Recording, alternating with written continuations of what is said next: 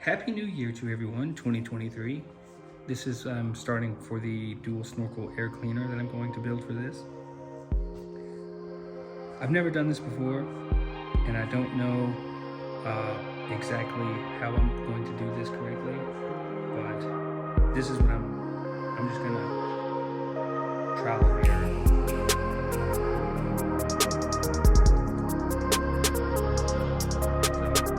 Let's get started. I may have to get my heater in here because it's cold. So a couple things I gotta do. This stuff that's in here, I don't know if you can see that or not. Let me get a flashlight. Yeah, this little flap in here, that's gotta go on both of them. Looks like it's just a rod, so, and a spring, but it's in both of these snorkels. I bought this one this is the one I had already. This is the one I bought, but it didn't have a lid. I only really bought it for the snorkel because I knew I wanted to do this on eBay, of course. So I have to take all that crap out, cut these off.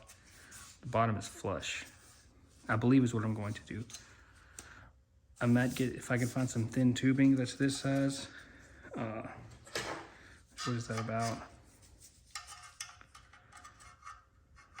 About 2.5 inches. Then I may do that, but I'm gonna try to do it with these first, even though that flat part is gonna make for less power. You know, round is better than flat for airflow, but you know, this is more about looks than anything else. So I got these. That's what's happening with those. And so this is the part I'm not exactly sure how I'm going to do this yet. Because, you know, I need this, a hole to be right here. Luckily, this has these little dividers on this air cleaner. That's pretty, it's got everything sectioned out well, but it tapers, so I can't really get a good measurement on the top here. I thought about cutting this off, and just laying it over this and doing it that way, which is what I might do. I'm using this one that I had because this one's a lot worse for wear. I also have to make the air cleaner where it sits on the carburetor. This right here, it hits the vacuum diaphragm. So I'm gonna have to clearance that, I believe, with a little percussive adjustment. But first thing I need to do is I need to make a hole this size with this hole saw, which is 2.5. Yeah, 2.5 inch hole saw, and that's a little bit too big, so I may go down a size and then just grind it out to make it about the same size. Now,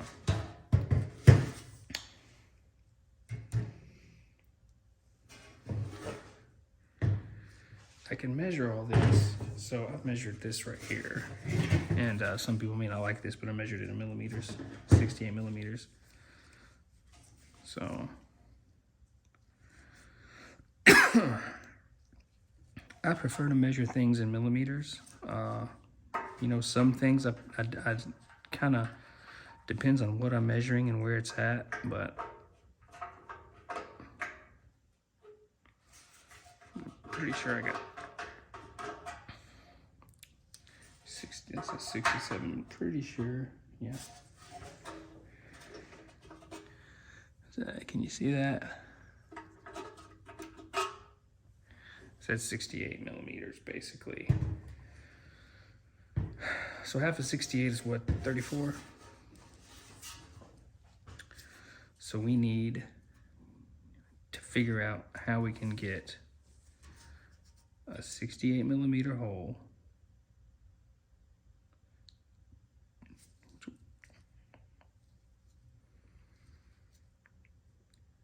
right I gotta find the center of this. So what I think I'm gonna do is, I'm gonna find the center of each one of these, and draw a line down, because this is all getting sandblasted and painted anyways. So if I can find the center of right here,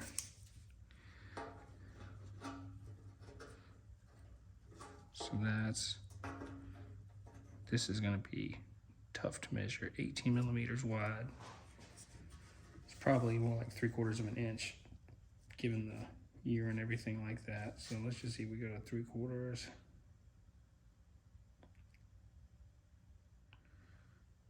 Yeah.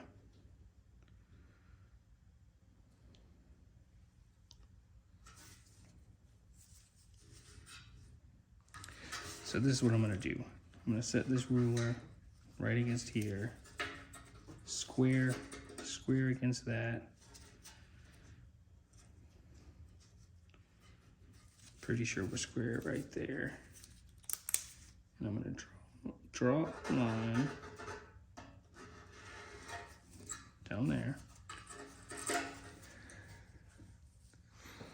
And same thing for this one.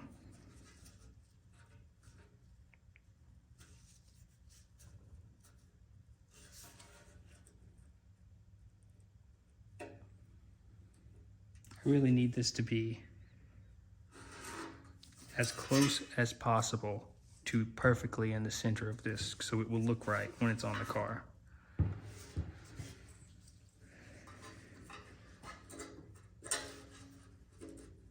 And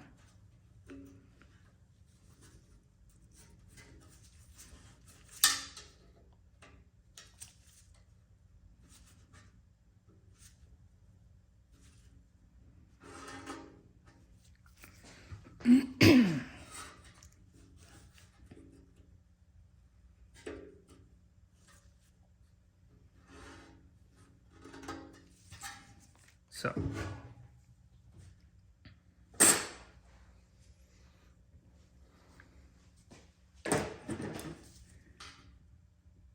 and that's 3/4 of an inch wide. Okay, so this is the kind of thing I'm gonna measure in millimeters. So 3/4 of an inch is 19 millimeters. And half of 19 is 9.5. So we're gonna try to get this as close as we can to right there. And I cannot even see that freaking mark. So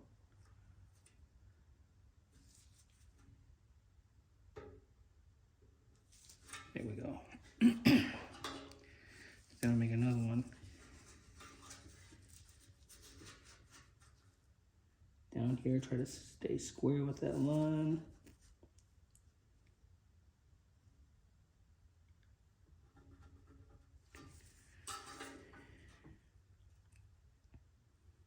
Then line up those two lines. Just make a line. That line looked a little crooked. I might have got it a little cattywampus, but like I said, I've never done this before, so we're just kind of trying to do things here, figure things out as we go. I might completely mess this thing up and just have to get another one, and that if I have to do that, I guess I'll just get one of those chrome ones or something, which would have been way cheaper than buying that extra one and doing all this work. But you know, this is what I want. I want that factory look.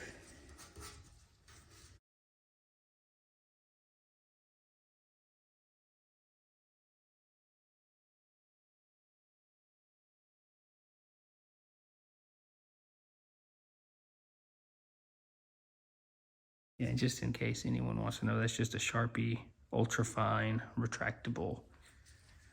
I got a whole box of these at Mike's Merchandise like 6 years ago for like $10 or something like that.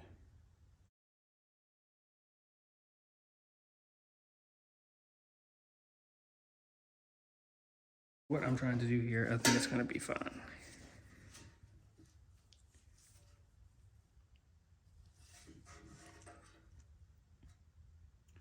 Why is that damn thing so far over?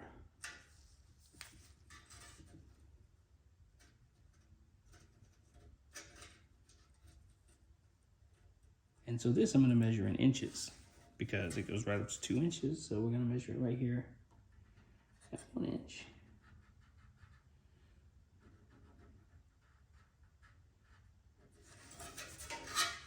Then we're gonna do the same over here.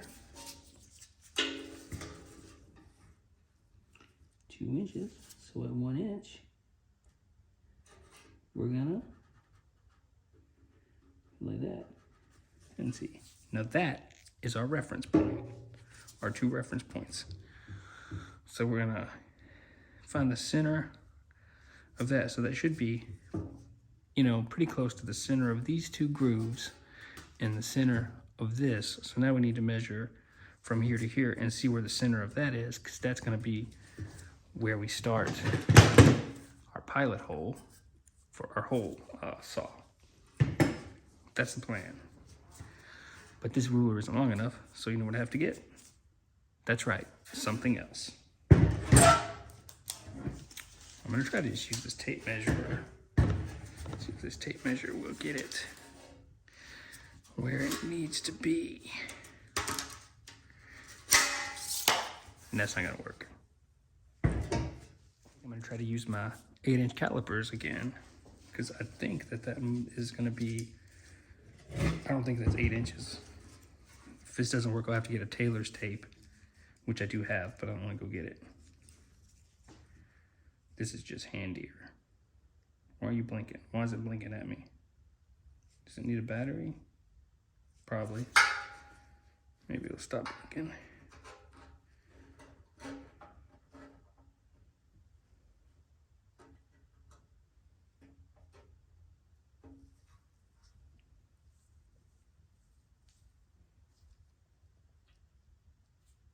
Stop blinking. So that's got it at 7 inches. So do we need to just go 3.5 inches over? Or wait, it's a little bit off there. This whole thing's gonna be a little bit off, but not so much. I think it's gonna make a difference.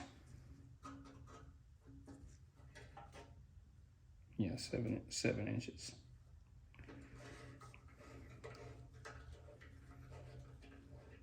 It's also measuring, you know, this part's falling down behind here, so I don't know if it's gonna be accurate or not. No, it's not. That's not gonna be accurate. I'm gonna have to measure it this way. Let me zero these out again. I like to check that they're zeroed a lot.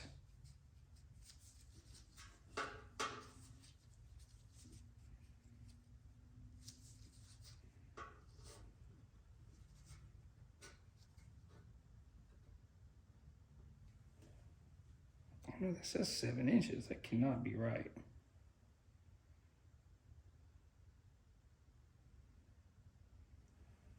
I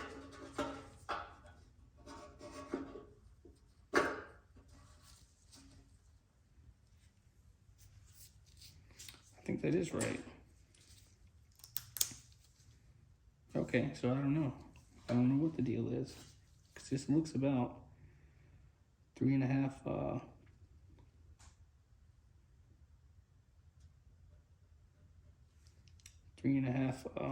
things like that. Just decides if they're gonna go metric or American, just depending on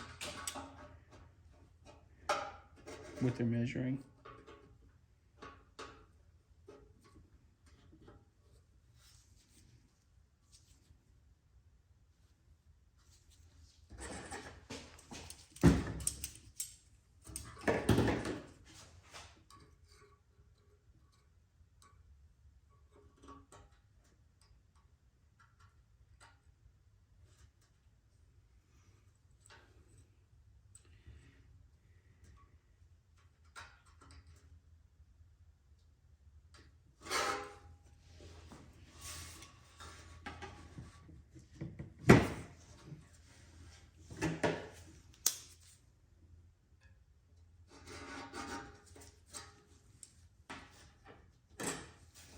I mean, just looking at it,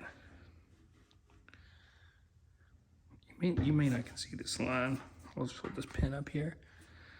I mean, I think that's probably pretty close between the centers of those two ridges, or I don't really know what you call those.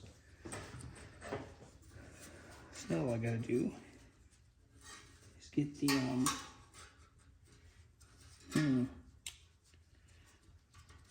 need to make sure I got the center. So I measure the centers here and here. So I need something. I'm gonna have to get that tailor's tape. Okay, so now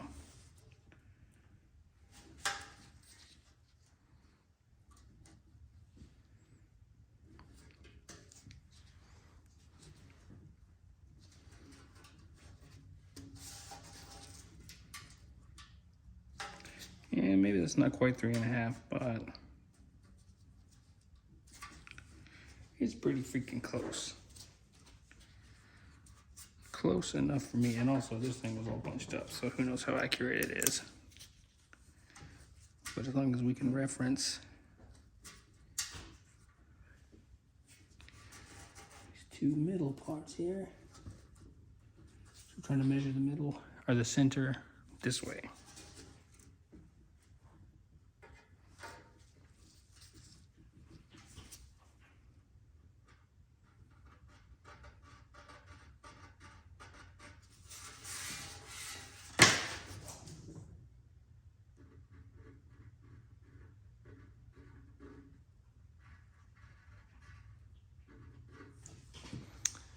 So that's where it all has to go. All right, so what we're gonna do now is, I couldn't find a center punch, so I have this nail set. So I'm gonna start with that. Pop this right here. Then I'm gonna drill a little small pilot hole right there. Then hit it with this hole saw, which is 2 1/4 inches. Because, yeah, this is an oval shape, so I don't know if we're exactly gonna get the oval shape or not, but it's not gonna matter because it's gonna be covered up anyways. I'm gonna have to go off camera to center punch this, because if I do it on this table, it's gonna shake the whole camera because I have the tripod on the table. You can probably tell it's a cheap beer pong table.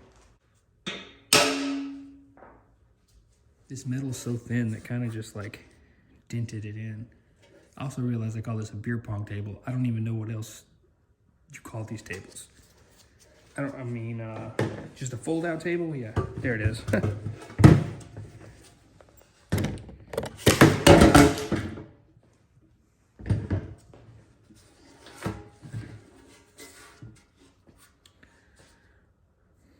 Okay. I had to get a little more light in the situation.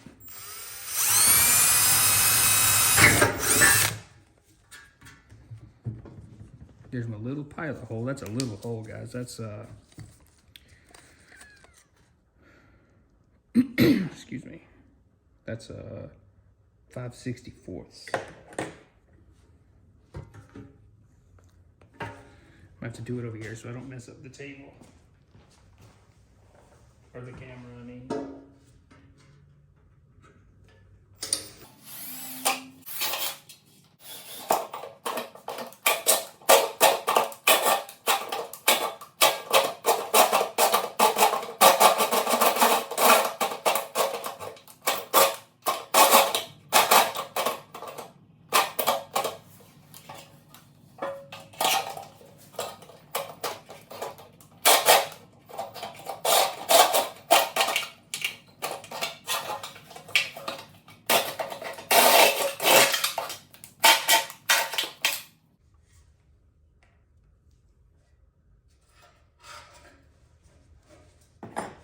Okay, so there you have it.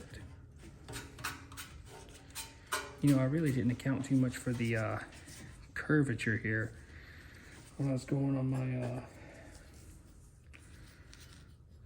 cutting my holes. I think that's why that's so much difference there, but whatever. So we got the hole in here now. I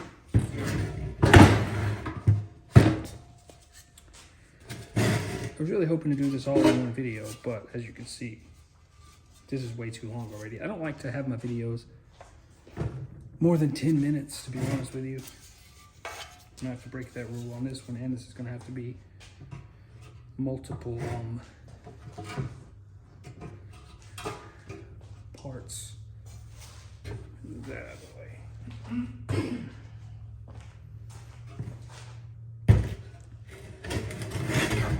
So the next thing we're gonna have to do is address this problem.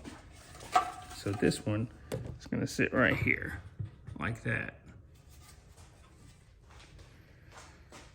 This one. So I'm just gonna set this up here. So this is gonna set, not like that really at all, but that general area. See, this one needs to be angled the same, like, so I gotta figure out basically, yeah, I don't know how I'm gonna do that.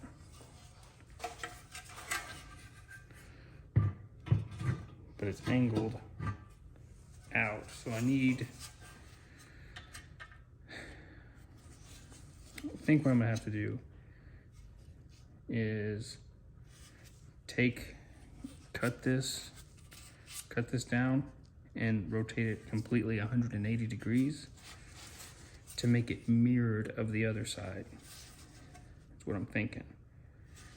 So yeah, so instead of those flanges don't meet, I'm gonna have to make them meet. Try to make that same